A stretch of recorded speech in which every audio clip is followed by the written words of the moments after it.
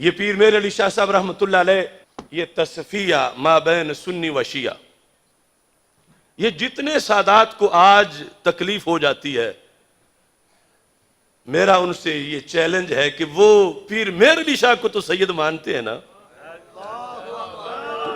یہ چھوٹی سی کتاب پر ہی آ کے ہمارے ساتھ بات کر لے۔ اگر ہم محب اہل بیت نہیں تو پھر پیر میر علی شاہ بھی محب اہل بیت نہیں۔ اگر ہم محب اہل بیت نہیں تو پھر یہ کشف المحجوب والے گنج بخش بھی محب اہل بیت نہیں۔ کشف المحجوب پہ آ جائیں۔ اگر کوئی تم میں سے یہ سمجھے نا کہ ہم ان کے میرٹ پہ پورا اتر جائیں، روافض بھی ہمیں محب اہل بیت مان لیں، تو آپ کبھی نہیں اتر سکتے اس وقت تک جب تک کہ جہنمی نہ بنے۔ یہ ہمارے یہاں ائمہ نے لکھا، کیونکہ ان کی ہر بات میں فرق ہے۔ اب آیت تطہیر میں حضرت پیر سیدنا مہر علی شاہ صاحب رحمۃ اللہ علیہ اس بات کو آگے بڑھاتا ہوں اور ان لوگوں کو دعوت فکر دیتا ہوں کہ اپنے بڑوں کی تو پڑھو۔ ہمارا صرف یہی قصور ہے کہ ہم نے ان کو پڑھا ہے اور ان کے حوالے ہر جگہ پہ دیتے ہیں۔ یہاں مسئلہ باغ فدق پر سیدنا پیر میر علی شاہ صاحب رحمۃ اللہ علیہ نے لکھتے لکھتے ایک دلیل کا جواب دیا جو روافض کی دلیل تھی۔ روافض نے کہا کہ سیدہ فاطمہ رضی اللہ تعالی عنہا کا مانگ لینا، دعویٰ کرنا کہ یہ میرا ہے، بس یہی کافی تھا۔ ابو بکر صدیق رضی اللہ تعالی عنہ جو بھی کر لیں آگے سے وہ کچھ نہیں کر سکتے۔ کیوں؟ روافض نے کہا انہیں چادر تطہیر حاصل ہے اور صدیق اکبر کو چادر تطہیر حاصل نہیں ہے، اور چادر تطہیر کا مطلب معصوم ہونا ہے، اور معصوم غلطی نہیں کرتا۔ تو پھر حضرت فاطمہ رضی اللہ تعالی عنہا کا دعویٰ تو اس آیت سے ثابت ہو گیا۔ اب دیکھو، لوگ کہتے ہیں تم بھی مان جاؤ تو فرق کیا پڑے گا؟ اب پیر میر علی شاہ صاحب سے کہا گیا آپ بھی تطہیر والا یہ معنی مان جائیں۔ آپ نے فرمایا میں کیوں مانوں یہ معنی، اگرچہ بات میری امی جان کی ہو رہی ہے، لیکن ہم نے وہ ماننا ہے جو قرآن نے بتایا ہے۔ اب لفظ غور سے سنو، ایک ہے تطہیر کا معنی روافض کے ہاں معصوم ہونا کہ ان سے غلطی کا امکان ہی نہیں، اور دوسرا ہے تطہیر کا معنی اہل سنت کے نزدیک کہ غلطی کا امکان تو ہے لیکن رب نے حفاظت فرما دی ہے۔ لفظ سنیں، فرماتے ہیں کہ اس موضوع پر ایک اور دلیل جو فریق کے مخالف کی طرف سے دی جاتی ہے وہ یہ ہے کہ اللہ تعالیٰ نے بموجب آیت تطہیر اہل بیت علیہم الرضوان کو پاک گردانا ہے، لہٰذا سیدۃ النساء رضی اللہ تعالی عنہا فدق کا دعویٰ کرتے ہوئے کسی ناجائز امر کی مرتکب نہیں ہو سکتی۔ یعنی جب وہ معصوم ہیں تو وہ ناجائز بول کیسے سکتی ہیں؟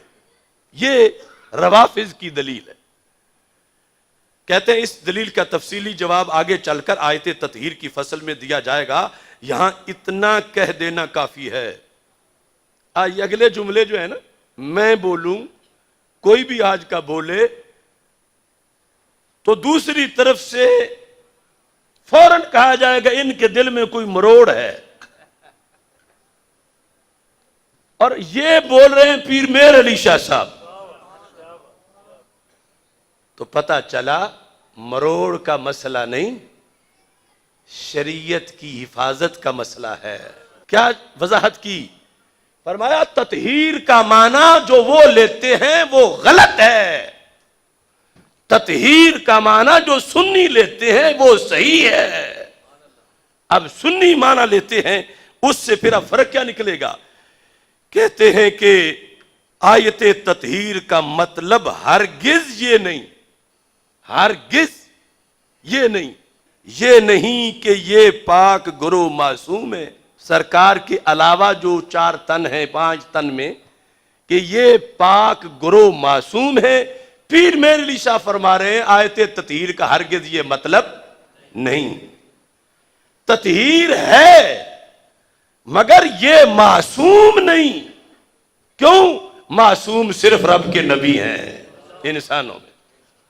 تطہیر کا جو معنی رب نے دیا وہ بھی بڑی شان ہے، لیکن تطہیر کا یہ مقصد نہیں کہ انہیں نبیوں کے ساتھ ملایا جائے.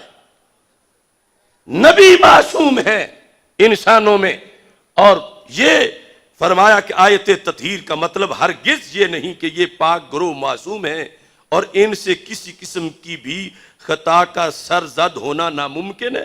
یہ مطلب نہیں. خطا کا سرزد ہونا ممکن ہے. یہ پیر میر علی شاہ صاحب تطہیر کا مطلب بتا رہے ہیں کہ خطا کا سرزد ہونا ممکن ہے.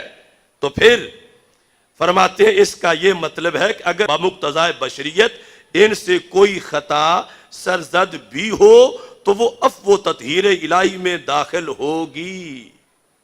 رب عفو کر دے گا. یہ نہیں کہ خطا ممکن ہی نہیں رہی. لہذا فرماتے ہیں سیدۃ النساء رضی اللہ تعالی عنہا کی تحریک اور سلسلہ جنبانی نے ہم کو سمجھا دیا کہ آیت یوصیکم اللہ فی اولادکم للذکر مثل حظ الانثیین میں خطاب امت کی طرف ہے، اور خلفائے ثلاثہ کے علاوہ اہل بیت پاک علیہم رضوان نے بھی باغ فدق کے غیر مورث ہونے کو اپنے عمل سے ثابت کر دکھایا، اور سارے عالم پر واضح ہو گیا، سارے جہان پر، کہ جناب سیدۃ النساء رضی اللہ تعالی عنہا بھی بوجہ بدعت الرسول علیہ السلام ہونے کے ابدیت محضہ کی وارث ہیں، اور اپنے والد ماجد علیہ السلام کی طرح ان کی عالی اور پاک شان بھی ملکیت کے دھبا اور خدائی فیصلے پر ناراضگی کے نقص سے منزہ اور پاک ہے. یعنی یہ فرمایا کہ مسئلہ باغ فدق میں یہ روافض تم دلیل نہ بناؤ کہ معصوم تھی تو مانگنا ہی حق کی دلیل ہے. پرانی خطا کا امکان تھا اور خطا پر تھیں، جب مانگ رہی تھیں خطا پر تھیں، لیکن جب آگے سے حدیث آئی تو ان کی یہ شان ہے کہ جن کے جگر کا ٹکڑا ہے ان کی حدیث سن کے سر تسلیم خم کر لیا.